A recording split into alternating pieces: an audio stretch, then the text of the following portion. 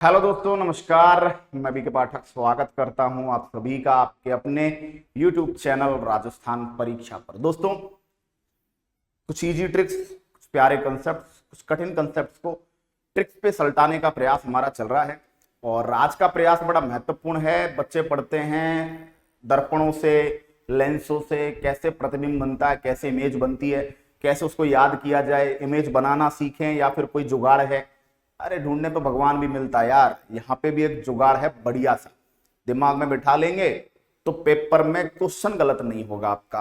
अब अवतल दर्पण, पहले कुछ कंसेप्ट क्लियर कर लेते हैं, थोड़ा थ्योरेटिकल कंसेप्ट क्लियर कर लेते हैं, उसके बाद जो है आगे बढ़ेंगे। देखिए, आपके मिरर जो होते हैं, दर्पण जो होते हैं, तीन टाइप के होते हैं, है ना। कितने टाइप के होते हैं दर्पण? तीन टाइप के। समतल, प्लेन, ऐसे होता है, ठीक है। दूसरा होता है अवतल। अवतल को क्या बोलते हैं? कॉनकेव। कॉनकेव जो होते हैं उन पे ऐसे बाहर की तरफ पॉलिश होती है, अंदर वाला भाग परावर्तन का कार्य कर रहा है। और तीसरे होते हैं उत्तल, इनको बोलते हैं कॉन्वेक्स। कॉन्वेक्स ये है ना, इनमें क्या होता है, अंदर वाले भाग पर पॉलिश हो रखी रहती है, बाहर वाला भाग परावर्तन का कार्य कर रहा है, ठीक है। अब समझिएगा कुछ काम की बातें। देखो, प्लेन मिरर, कॉन्वेक्स, कॉनकेव। देखो, अवतल दर्पण, अब बाहर के भाग पर पॉलिश है, अंदर प्रकाश आएगा। अब ऐसे सरफेस है, इस पे प्रकाश आएगा तो अंदर ही जाएगा, अंदर जाएगा। मतलब ये क्या करता है, प्रकाश को सिकोड़ता है। और प्रकाश को सिकोड़ता है तो इसे क्या बोलेंगे? इसे बोलेंगे अभिसारी दर्पण। क्या बोलेंगे? अभिसारी दर्पण। अभिसारी दर्पण को बोला जाता है कन्वर्जिंग मिरर, ठीक है। उत्तल, अब उत्तल इधर प्रकाश को पटकोगे, ऐसी सतह है, ऐसी ऊबड़ खाबड़, अब इस पे प्रकाश पटकोगे, यूं जा सकता है, यूं जा सकता है, यूं जा सकता है, यूं जा सकता है, प्रकाश को फैला देगा। फैला देगा तो क्या बोलेंगे? प्रकाश को फैलाता है। और फैलाता है तो क्या बोलेंगे? अपसारी, है ना। डाइवर्जिंग, ये प्रकाश को डाइवर्ट करता है, ठीक है, क्लियर। अब यहां से पता चल रहा है अवतल दर्पण प्रकाश को सिकोड़ता है, तो प्रकाश को सिकोड़ता है तो आप कह सकते हैं लंबी दूरी तक भेज सकता है, लंबी दूरी तक ट्रांसफर कर सकता है। तो ये भी याद रखिएगा, आपसे पूछा जाए कि कौन सा मिरर, कौन सा दर्पण प्रकाश को लंबी दूरी तक भेज सकता है, आप क्या कहेंगे? क्लियर, अवतल दर्पण। अब इमेज की बात करते हैं। समतल दर्पण इमेज बनाता है आभासी, सीधी, बराबर। आभासी का मतलब है जिसे पर्दे पर प्राप्त नहीं कर सकते। सीधा का मतलब है जिस जिस तरह से वस्तु रखी हुई है उसी एंगल पे, है ना। सर ऊपर पैर नीचे, सर ऊपर पैर नीचे, एकदम सीधा। और बराबर मतलब बराबर साइज का। अवतल दर्पण जो होता है मल्टीपर्पज मिरर है सर, वास्तविक, उल्टा। इसमें तीन तरह का इमेज बनाता है, बड़ा बनाता है, बराबर बनाता है, छोटा बनाता है। और एक और प्रकार है आभासी, सीधा, बड़ा भी बनाता है। अब आप कहेंगे सर इतने प्रकार के प्रतिबिंब ये कैसे बना लेता है? दोस्तों, डिपेंड करता है वस्तु की लोकेशन पर कि आपने वस्तु को रखा कहां है। और उत्तल दर्पण जो होता है ये एक ही टाइप का इमेज बनाता है, आभासी, सीधा, छोटा, वस्तु को चाहे कहीं भी रख दो। तो यार समतल और उत्तल का काम तो बड़ा आसान है कि समतल के आगे वस्तु को कहीं भी रख दो, प्लेन के आगे आभासी, सीधा, बराबर, उत्तल के आगे आभासी, सीधा, छोटा। लेकिन अवतल से कैसे कहां प्रतिबिंब बनता है ये पेपर में पूछा जाता है। अब इसको याद हमें करना है तो पहले बेसिक्स तो आपका क्लियर हो गया कि कब कैसी जो कंडीशंस हैं, किस टाइप की इमेज कहां बन रही है। अब मैं आता हूं अवतल पे। अब बेटा देखो, सुनना मेरी बात। एक डायग्राम बना रखा हमने अवतल दर्पण, है ना। अवतल दर्पण बना रखा है, ये लीजिए, ये कौन सा दर्पण बना हुआ है? अवतल दर्पण, है ना। अब अवतल दर्पण में ये फोकस और ये वक्रता केंद्र और ये अनंत, तीन जगह है। अनंत, वक्रता केंद्र, फोकस। क्या बोलते हैं इसको? वक्रता केंद्र, फोकस। अब आप क्या करिएगा, आप क्या करिएगा, ये इमेज बनाइएगा। जब भी प्रैक्टिस करनी हो इमेज बनाइए। इमेज में तीन बिंदु बना डालो, अनंत, वक्रता केंद्र, फोकस। अब ये तो तीन बिंदु हैं, इन पे आपको 5 पॉइंट बनाने हैं। 5 पॉइंट कैसे? अनंत से चालू करो, अनंत पे पहला पॉइंट। अब दूसरी जगह क्या है? वक्रता केंद्र, तो अनंत और वक्रता केंद्र के बीच में दूसरा पॉइंट। अब वक्रता केंद्र पे तीसरा पॉइंट। वक्रता केंद्र के बाद फोकस है, तो फोकस और वक्रता केंद्र के बीच में चौथा पॉइंट और फोकस पे पांचवा पॉइंट।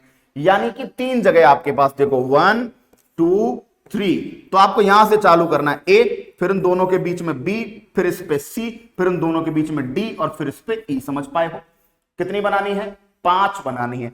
अनंत पे पहला पॉइंट ए, वक्रता केंद्र और अनंत के बीच में पॉइंट बी, वक्रता केंद्र पर पॉइंट सी, वक्रता केंद्र और फोकस के बीच में पॉइंट डी, और वक्रता और फोकस पर आपका क्या बन जाएगा, ई बन जाएगा। ठीक है, तो ए बी सी डी ई, अनंत बीच में, वक्रता केंद्र बीच में, फोकस। समझ में आ गई बात?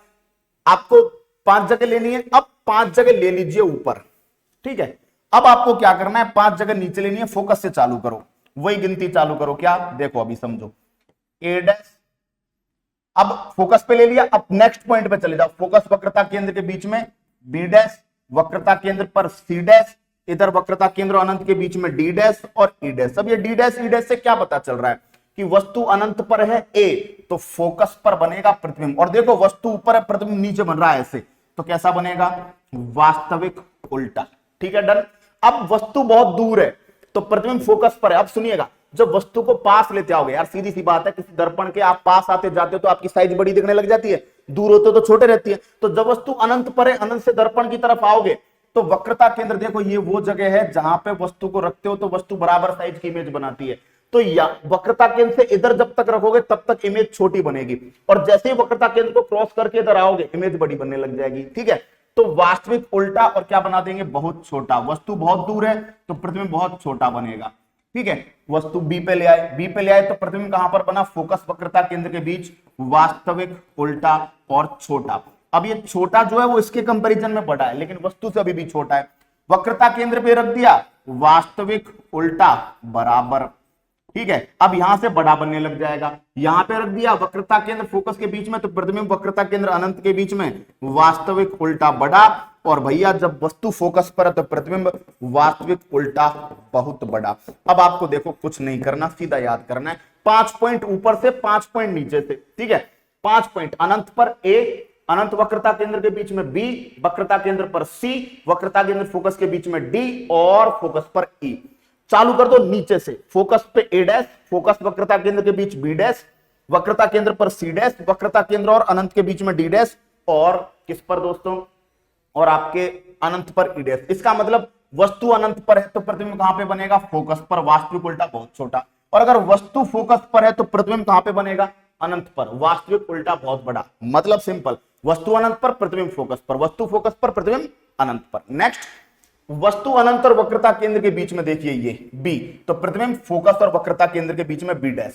ठीक है, लेकिन अगर वस्तु फोकस और वक्रता केंद्र के बीच में डी, तो प्रतिबिंब अनंत और वक्रता केंद्र के बीच में डी डैश। तो आपको घोलमोल में पढ़ना ही नहीं, आप तो डायग्राम बनाओ, डायग्राम बना के A B C D E, A dash B dash C dash D dash E dash, खत्म कहानी। प्रतिबिंब सारे वास्तविक और उल्टे हैं, और यहां से चलते जाओ। आप तो ऐसे याद करो ना, हटाओ 5 डायग्राम बनाओ, दोबारा चलो इधर देखो क्या करोगे। येलो साफ बनाया, येलो साफ बनाया, फोकस वक्रता केंद्र और अनंत, अनंत पे ए, वक्रता केंद्र और अनंत के बीच में बी, वक्रता केंद्र पर सी, वक्रता केंद्र और फोकस के बीच में डी, और फोकस पर ई। बना लिया, चलो बना लिया। अब देखो उल्टी यहां से चालू करोगे गिनती, देखो ए डैश फोकस पर, थोड़ा इनके बीच में आओ बी डैश, यहां पे आ जाओ सी डैश, फिर बीच में आओ डी डैश, और यहां पे जाओ ई डैश, और फिर चालू करो। देखो क्या, बहुत छोटा, छोटा, बराबर, बड़ा और बहुत बड़ा। प्रतिबिंब आपको सारे दिख रहे हैं, वास्तविक और उल्टे हैं। अब क्वेश्चन की औकात नहीं यार आपसे गलत करा जाए, आपसे पूछेगा कि वस्तु अनंत और वक्रता केंद्र के बीच में, वस्तु अनंत और वक्रता केंद्र के बीच में बी है, तो प्रतिबिंब देख लो बी किधर है, फोकस और वक्रता केंद्र के बीच में। कैसा बन रहा है, वास्तविक उल्टा छोटा। बस खेल खत्म। अब आप कहेंगे कि सर एक इमेज रह गई, कौन सी, आभासी सीधा बड़ा। ये कब बनेगा, अवतल दर्पण से बनेगा ना, देखो कब बनेगा। अभी ये जगह भी तो बच गई ये। अब आप यहां तक तो ले आए थे वस्तु को, लेकिन अब अगर फोकस से भी पहले रख दिया, अगर वस्तु को फोकस से पहले रख दिया तो दोस्तों प्रतिबिंब किधर बनेगा, आभासी सीधा बड़ा, और वो दर्पण के पीछे बनेगा। किधर बनेगा, दर्पण के पीछे इधर की तरफ। तो ये कंडीशन नंबर 6 है। फोकस तक तो आप ले आए थे ए बी सी डी ई, ये कंडीशन नंबर नेक्स्ट है कि आप फोकस से पहले ले आए तो इमेज कहां बनेगी, आभासी सीधा बड़ा, दर्पण के पीछे। तो 6 कंडीशन है। आपको कुछ नहीं करना, डायग्राम बनाइए, फोकस बनाइए, वक्रता केंद्र बनाइए अनंत, अनंत पे ए, अनंत वक्रता केंद्र के बीच बी, वक्रता केंद्र पे सी, वक्रता केंद्र फोकस के बीच में डी और फोकस पर ई। नीचे वापस same to same A dash B dash C dash D dash E dash, तुरंत लिखो बहुत छोटा, छोटा बराबर बड़ा, बहुत बड़ा, खेल खत्म। जो पूछ रहा है पूछ ले, एग्जामिनर अपनी पूरी पूरी जी जान लगा देना तो आपसे गलत नहीं करवा सकता क्वेश्चन। उम्मीद करता हूं ट्रिक समझ में आई होगी, कंसेप्ट समझ में आया होगा। थोड़े टफ पड़ते हैं कंसेप्ट, लेकिन डायग्राम तो बनाना सीख गए होगे, बहुत बार पेपर में सीखा होगा। अब जो मैं आपको बताने जा रहा हूं वो क्या बताने जा रहा हूं देख लीजिएगा। दोस्तों आप सब जानते हैं कि जैसे आप तैयारी करते हो किस एग्जाम के लिए, आप राजस्थान की किसी एग्जाम की तैयारी कर रहे हैं या फिर आप तैयारी कर रहे हैं किसके लिए, रेलवे के लिए तैयारी कर रहे हैं या कोई एसएससी के लिए तैयारी कर रहा है, तो साइंस में अगर आप परेशान हो रहे हो तो साइंस में हम लोग डिजिटल बोर्ड पर नया कंटेंट रिकॉर्डेड वर्जन में लेकर आ रहे हैं, रामबाण कोर्स। हम लोग 1500 रुपए की फीस रख रहे हैं। आपको बीके पाठक 50 कोड मिलेगा, 24, 25, 26, इसमें 24 तो निकल गया, लास्ट 2 दिन बाकी हैं, 2 दिन भी नहीं, आज तो 26 है, ठीक है, तो ये आपको लास्ट दिन का ऑफर है, ठीक है। तो 1500 में से 750 के अंदर ये कोर्स आपको मिलेगा 1 ईयर वैलिडिटी के साथ। और इसके बाद एक और बात कि अगर आप एलडीसी जूनियर अकाउंटेंट या वुमेन या स्टेनोग्राफर के कोर्स में पढ़ना चाह रहे हैं तो 1200 रुपए की फीस का जो कोर्स है वो 600 में मिलेगा 1 ईयर वैलिडिटी के साथ।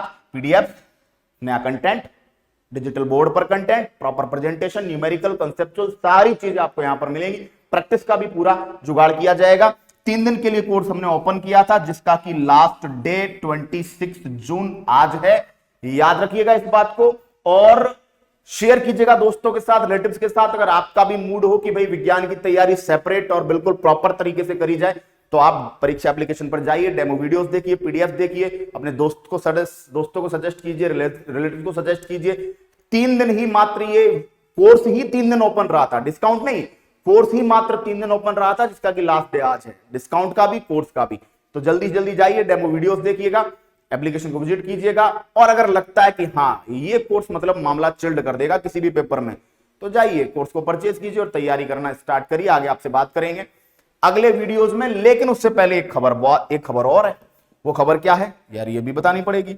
खबर ये है कि दोस्तों एलडीसी जूनियर अकाउंटेंट के जो कोर्सेज हैं परीक्षा एप्लीकेशन पर, कंप्लीट कोर्सेज पूरी टीम के साथ, कृष्णा सर, श्रवण बिश्नोई सर, है ना, अपने Veer Bahadur sir, Arjun Singh sir, Ketan Jain sir, Sandeep Yadav sir, तो इनके साथ जो हम लोग स्टेनोग्राफर एंड कंप्लीट कोर्स पढ़ रहे हैं एलडीसी का, इन पर हम लोग आरजे 50 कोड पर आपको 30 जून तक 50% डिस्काउंट दे रहे हैं। एलडीसी की तैयारी के साथ साथ आपको अगर सीईटी का जैसे ही सिलेबस आता है तो सीईटी का proper syllabus point two point आपको इसी फीस में मिलेगा।